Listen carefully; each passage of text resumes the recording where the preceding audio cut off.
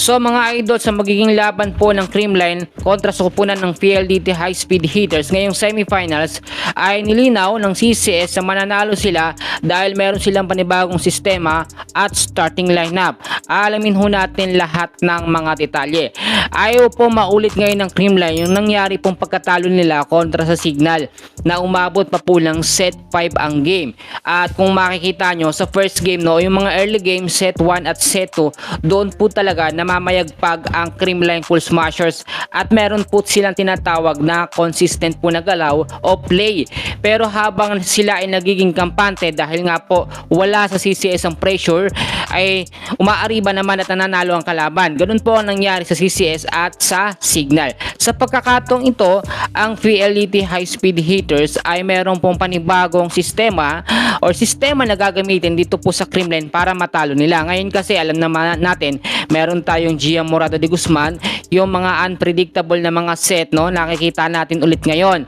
At yung appearance po muli nitong si Alyssa Valdez ay ibang-iba na po sa ngayon. Nakita naman natin. Ito, napansin natin sa laban ng CS at ng Akari, yung pagpalit-palit po ng mga player. Nagkakaroon na po ng maayos na rotasyon ang mga player po ng Creamline, which is yan po yung gagamitin ni Coach Sher Meneses sa magiging laban po ng Creamline ngayong semifinals dito po sa PLDT High Speed Hitters.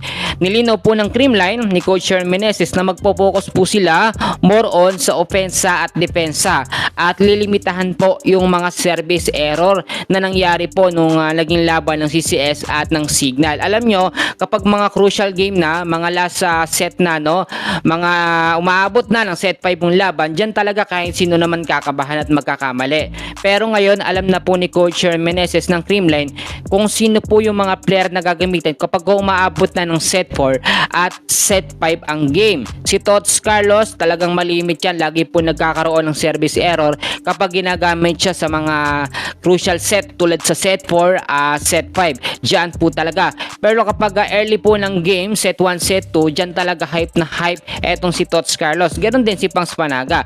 Pero pag mga set 4 at set 5, kung sakaling umabot po sa ganyang set, i-maintain po, no, sa loob o sa lineup, eto pong si Gia Morado de Guzman, si Gemma Galanza, si Bernadette Pons at eto pong si Alyssa Valdez. Mas malakas po kung ganyan ang magiging sistema ng Creamline Cool Smashers. More on magpo-focus po sila sa ofensa. Sa depensa naman, wala tayo masyadong magiging problema dahil meron tayong nakaabang na Bea de Leon. Mga kaibigan, yung assurance na mananalo ang Creamline ngayon kontra sa PLDT High Speed Hitters ay mas mataas na kung ikukumpara natin sa dating lineup po ng Creamline Cool Smashers. Yan muna ang update natin sa ngayon. Maraming